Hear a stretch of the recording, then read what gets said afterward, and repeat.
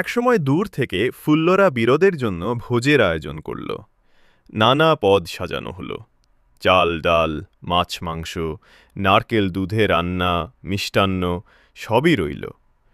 বীরেরা এসে ভোজন শুরু করল। কেউ একসাথে ৭ হাঁড়ি খেয়ে ফেলল, কেউ আবার ৪ হাঁড়ি ভাত ও খুদ ঝাউ শেষ করল। কারো পেট ভরল ৬ হাঁড়ি মিষ্টান্নে, আবার কেউ ২-৩ হাঁড়ি আলু ভাজি খেল।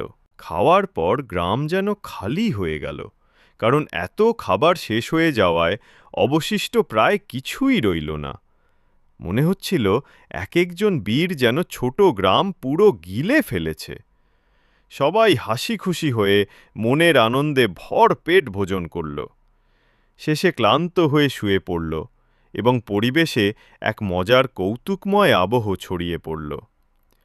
ফুল্লরা বীরদের জন্য ভোজের আয়োজন করেছিল। বীরেরা এত বেশি খেল যে এক একজন মনে হচ্ছিল এক একটা গ্রাম গিলে ফেলেছে। পুরো ঘটনাই হাস্যরসাত্মক ভঙ্গিতে লেখা।